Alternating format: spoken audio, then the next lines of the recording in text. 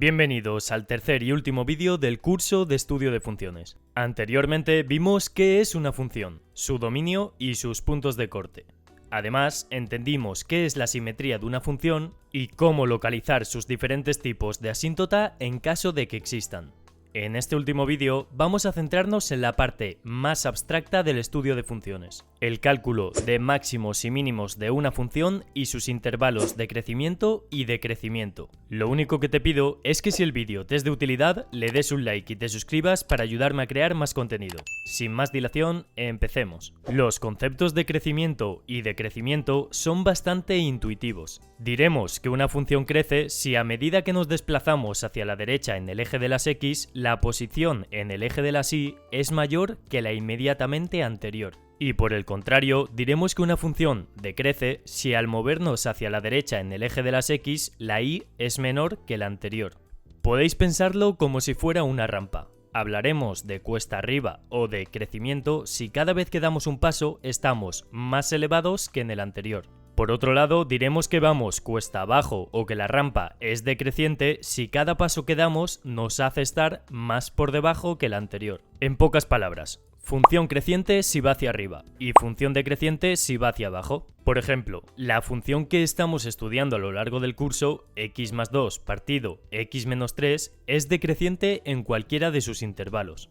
Porque como podemos ver en su representación gráfica, en cada uno de sus intervalos, al desplazarnos hacia la derecha, la posición y se va haciendo más pequeña. Muy bien, ahora ya tenemos claro el concepto.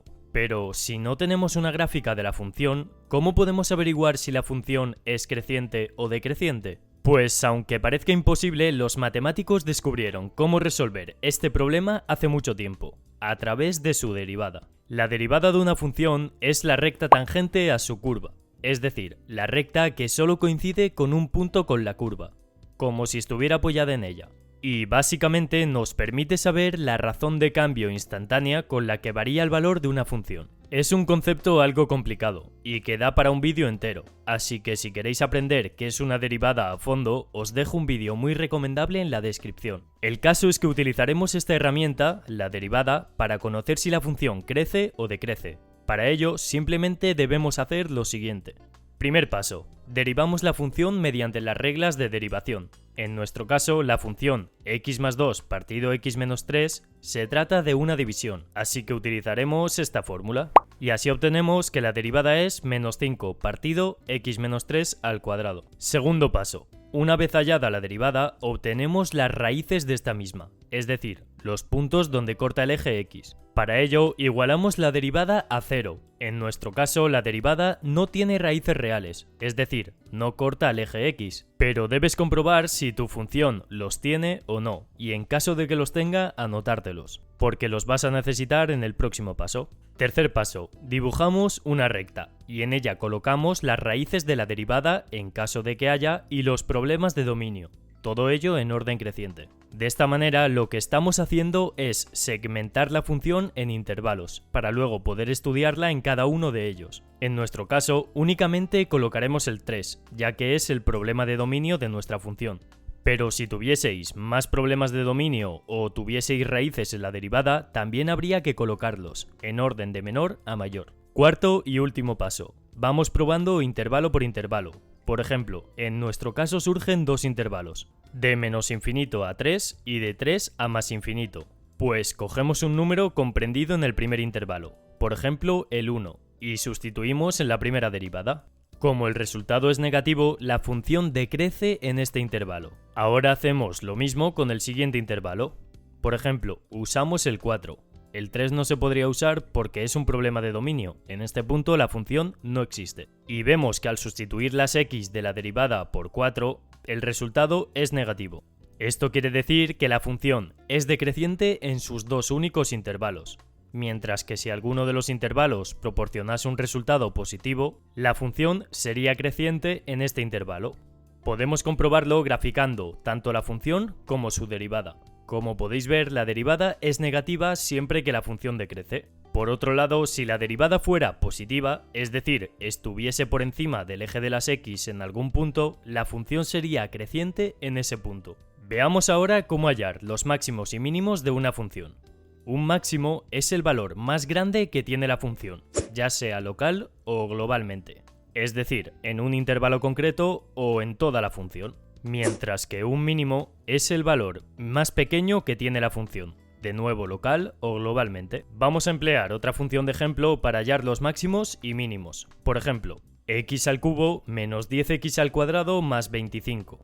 Para conocer sus máximos y mínimos, lo primero que tenemos que hacer es derivarla, y nos queda 3x al cuadrado menos 20x. Ahora igualamos esta expresión a 0 para obtener las raíces de la derivada, que son 0 y 6,6 periódico. Y de nuevo colocamos una recta con estas dos raíces. En este caso no hay problemas de dominio al ser un polinomio, así que no es necesario colocar nada más, pero si los hubiese tendríamos que ponerlos de nuevo. Eso sí, estos problemas de dominio no pueden ser máximos ni mínimos, porque la función no existe en sus problemas de dominio. Pues bien, ahora obtenemos el crecimiento y decrecimiento en dichos intervalos mediante el proceso anterior, es decir, coger un número que esté dentro del intervalo y sustituirlo en la primera derivada. A nosotros nos quedan 3 intervalos, y obtenemos que la función crece hasta 0, decrece hasta 6,6 periódico y crece de nuevo hasta el infinito. Ahora es sencillo apreciar a simple vista cómo habrá un máximo relativo en 0, ya que la función decrece una vez llega a este punto límite, mientras que habrá un mínimo relativo en 6,66, ya que la función decrece hasta llegar a él y una vez llega comienza a crecer de nuevo. Es como si la función tocara techo en el 0 y luego bajase hasta tocar fondo en el 6,6 periódico, donde comienza a crecer de nuevo. Para comprobar si son máximos o mínimos matemáticamente se puede hacer de la siguiente manera. Primero, halla la segunda derivada, en este caso 6x menos 20. Que es la derivada de la derivada. Después, sustituye las raíces de la primera derivada en la segunda. Si el resultado es positivo, esta raíz será un mínimo, mientras que si es negativo, se tratará de un máximo. En nuestro caso, vemos que sí se cumple ya que en 0 la segunda derivada es negativa, luego será un máximo, mientras que en 6,66 la segunda derivada es positiva, por lo que será un mínimo. Eso sí, tanto el máximo como el mínimo serán locales, es decir, en un intervalo concreto, ya que como hemos obtenido los intervalos de crecimiento y decrecimiento, cuando venga de menos infinito, decrecerá infinitamente, y cuando se aproxime hacia el infinito, seguirá creciendo infinitamente. Por lo que realmente no existen máximos ni mínimos globales, ya que la función se va tanto a menos infinito como a más infinito. Y bueno, hasta aquí el curso de estudio de funciones. Obviamente, el estudio de funciones tiene muchos más apartados en los que podríamos profundizar, pero espero que os haya servido de guía para entender qué es una función y lo más básico del estudio de funciones. Si es así, solo te pido que dejes un like y te suscribas. Un saludo y hasta la próxima.